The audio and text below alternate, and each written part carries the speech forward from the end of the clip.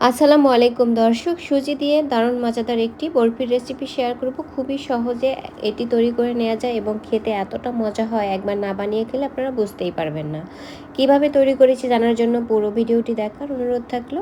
প্রথমেই আমি নিয়ে নিব 1/4 কাপ তেল আর ঘি এর মিশ্রণ। আপনারা চাইলে কিন্তু পুরোপুরি ঘিটাও ব্যবহার করতে পারেন। এরপরে যখন ঘিটা পুরোপুরি গলে যাবে ওই পর্যায়ে এখানে দিয়েছি আমি 1 কাপ সুজি আর 1 চিমটি লবণ।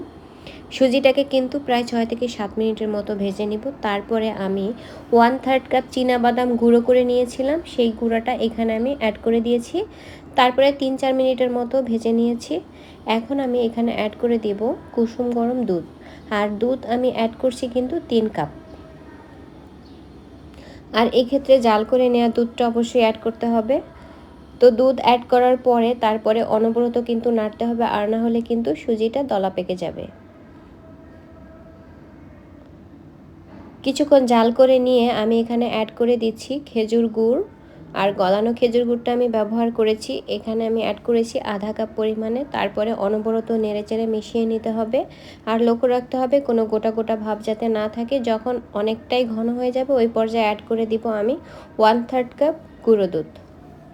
গুঁড়ো দুধ অ্যাড করার পরে তারপরে বেশ ভালো করে মিশ্রণের সাথে মিক্স করে নিতে হবে। যখন মিশ্রণটা অনেকটাই ঘন হয়ে যাবে এবং প্যান থেকে পুরোপুরি ছেড়ে ছেড়ে আসবে ওই পর্যায়ে এখানে অ্যাড করে দিতে হবে 1.5 টেবিল চামচের মতো ঘি। আর ঘিটা কোনোভাবে স্কিপ করবেন না, এতে করে কিন্তু বরফির থেকে দারুণ একটি স্মেল আসে। এখন আরও 2 মিনিটের মতো নেড়েচেড়ে মিশিয়ে নিয়ে তারপরে কিন্তু আমি মিশ্রণটাকে একটা মোল্ডে ঢেলে নিব, যেই মোল্ডে আজকের বরফিটা আমি সেট করে নিব।